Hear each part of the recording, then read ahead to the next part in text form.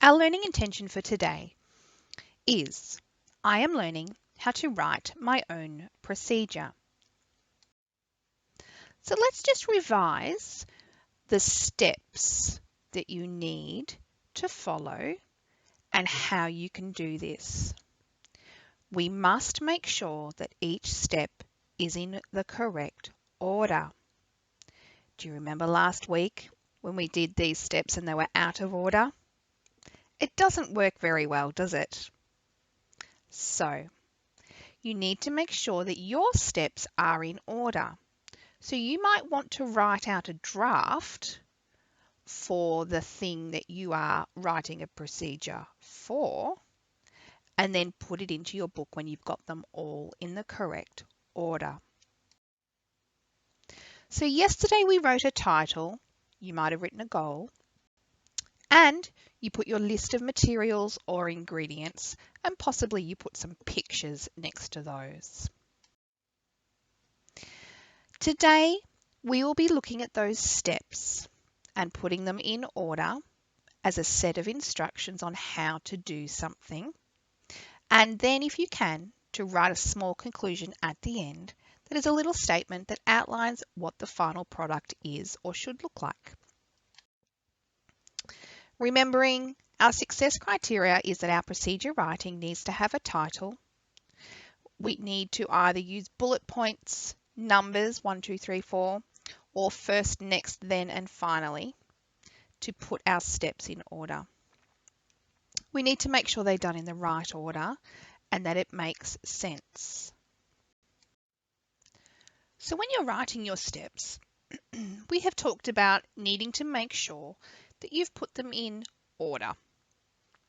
So a good idea is to sit down with a pencil and paper and think about the steps. Maybe you've got the equipment in front of you and you're going to do it.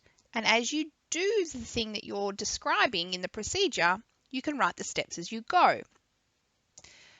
When you've done your draft set, you need to check that the steps are correct.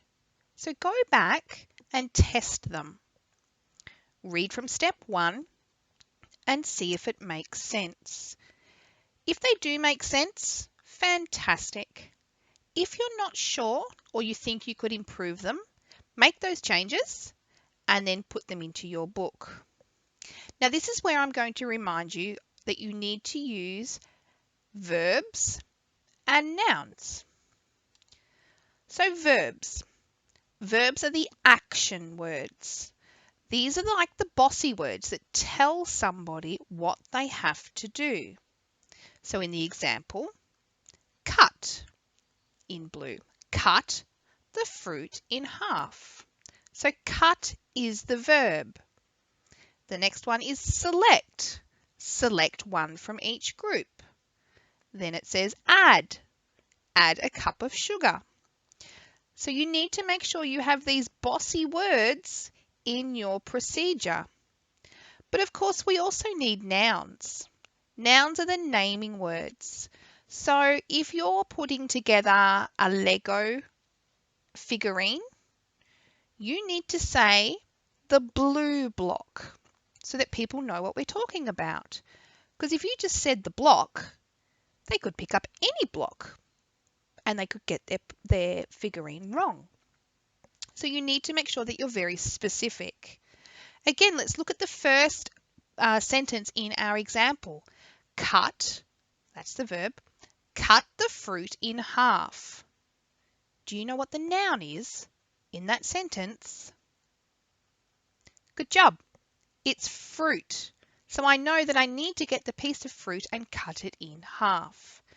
So when you are checking your work before you do your good copy, make sure that you have a noun and a verb in each step of your procedure. So now it's your turn. In your books, write your date and your IAL. I am learning to write my own procedure. You will today write the draft set of your steps. It's really important that we do a draft set because we need to test that the steps work. Take a photo of your draft steps and submit that to Class Dojo.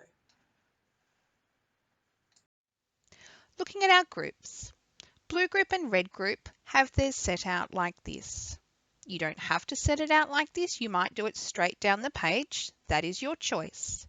But please write your step first, and then you might like to draw an instruction with it. Make sure you have one noun and one verb for each step. Yellow group and green group. I want to see details in your steps, please. I want to see verbs and nouns in every step, and of course they must be in order. If you would like to add pictures to create more depth and interest to your procedure, that would be fantastic, but you can only do that after you have written detailed steps. Have a great day!